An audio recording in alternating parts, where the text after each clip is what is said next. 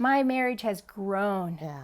It has grown. And that's hopeful for people watching. It is. And we're so different. Anybody who knows us is laughing when I say that because it's like, oh my goodness, are they different? We look at every single thing you could think of differently. We approach life differently. He's an extrovert, I'm an introvert. He's in the moment and I'm looking at the long range. He's impulsive, I'm a planner. I don't know, everything you can think of. We're so different. And there's been a lot of blood spilt, a lot of blood, sweat, and tears have gone into building a strong relationship. But it is strong. And it's better than it's ever been. I used to worry when Matthew was so ill and we had so much conflict. Because mental illness can really tear families apart. And I used to worry that if Matthew did actually ever take his life, that it would destroy us. Not that we would get divorced, but that it would destroy the intimacy. Because we couldn't even decide how to deal with his mental illness when he was alive. What would we do if Matthew died? It scared me. And yet I can truly say that our marriage is stronger than it's ever been. We are closer than we've ever been. We are more in harmony and unity than we've ever been. And I am so grateful that we didn't give up. If we had given up, even emotionally, even if we'd stayed married, but we had let coldness grow in our hearts, when in the loss of Matthew, I don't know what would have happened.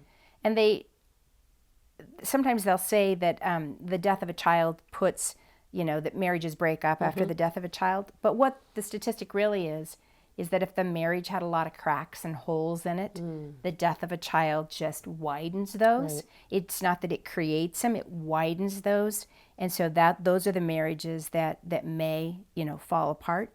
I'm just grateful that we kept cementing those holes and those cracks for the years so that when the worst thing ever happened, the worst thing we could ever imagine happened to us, we had each other.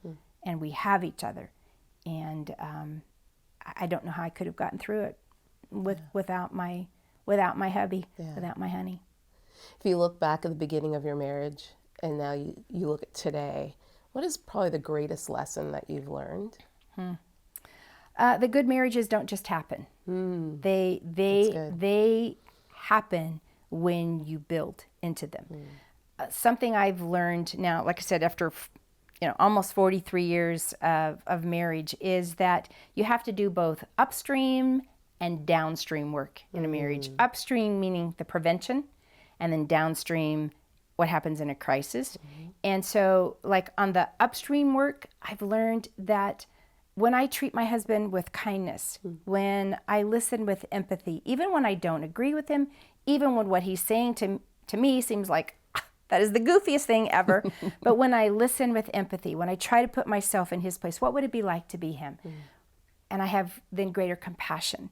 And I show him respect and dignity. When I do that upstream work, then when we actually hit some crisis moments, when we hit some moments where we feel like we just do not understand each other at all, and we have to do that repair work, because we've done so much work upstream, that there are fewer and fewer of those crisis moments, those ones that happen just because of conflict. And so I think I didn't know that at first. I really didn't understand how important it is that you learn how to do the day-to-day, and then you learn how to do the repair. Because every marriage is going to have ruptures. Every marriage is going to have, whether it's conflict or circumstances, things out of your control, or the things that you brought on yourself. There are going to be ruptures and breaks in your relationship. So you have to know how to do the repairs. I didn't understand that.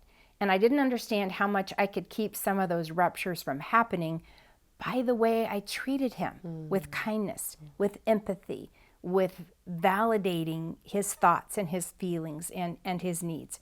So I think it's both. Marriages have got to be able to take care of a crisis. You've got to figure how to repair something. But you also can really focus on what are the preventative things that minimize the necessity even of repair when there's ruptures. Well said. Well, thank you, Kay, for your time today. Absolutely. It's good to be with you.